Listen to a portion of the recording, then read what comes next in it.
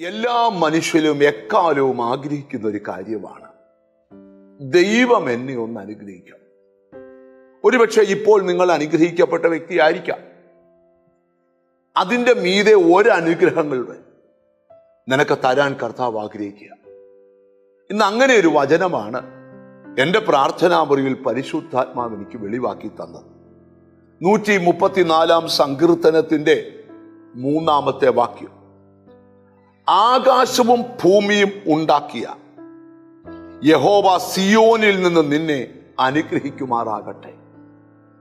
സകല മനുഷ്യരും കൊതിക്കുന്ന ഒരു കാര്യമാണ്, എനിക്ക് ദൈവത്തിന്റെ അനുഗ്രഹങ്ങൾ പ്രാപിച്ചു വേണം ഓരോ ദിവസവും ജീവിക്കുക.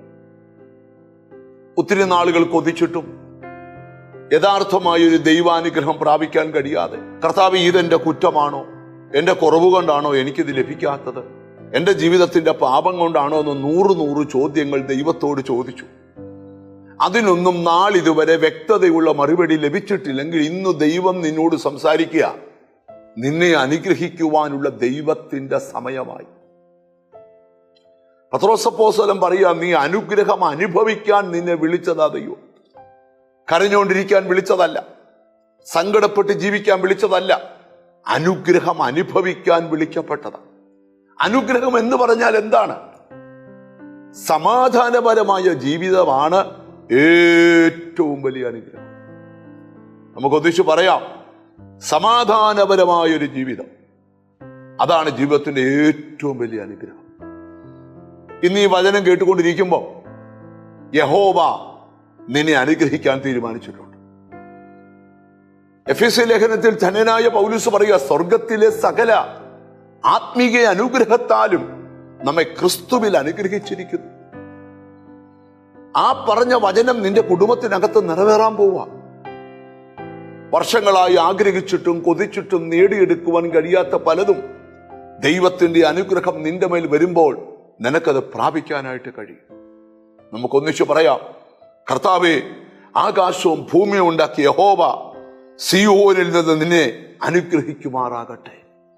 ഇന്ന് ഈ പ്രാർത്ഥനയുടെ നടുവിൽ ഒരു ദൈവാനുഗ്രഹം നിങ്ങളുടെ മേലെ ഇറങ്ങും. കണ്ണുകളെ അടച്ചു പ്രാർത്ഥിക്കാം.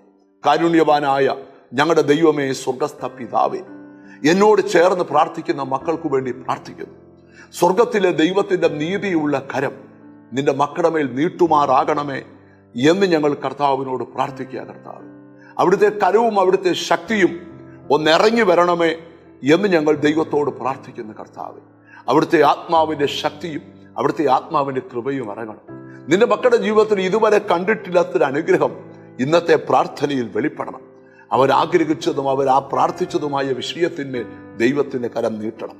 എന്നോട് ചേർന്ന് പ്രാർത്ഥിക്കുന്ന മക്കളെ നിന്റെ നാമം ചൊല്ലി പിതാവിന്റെയും പുത്രന്റെയും പരിശുദ്ധാത്മാവിന്റെ നാമത്തിൽ അനുഗ്രഹിച്ച് പ്രാർത്ഥിക്കുന്നു. അവർ അനുഗ്രഹിക്കപ്പെടട്ടെ, യേശു ക്രിസ്തുവിൻ നാമത്തിൽ തന്നെ.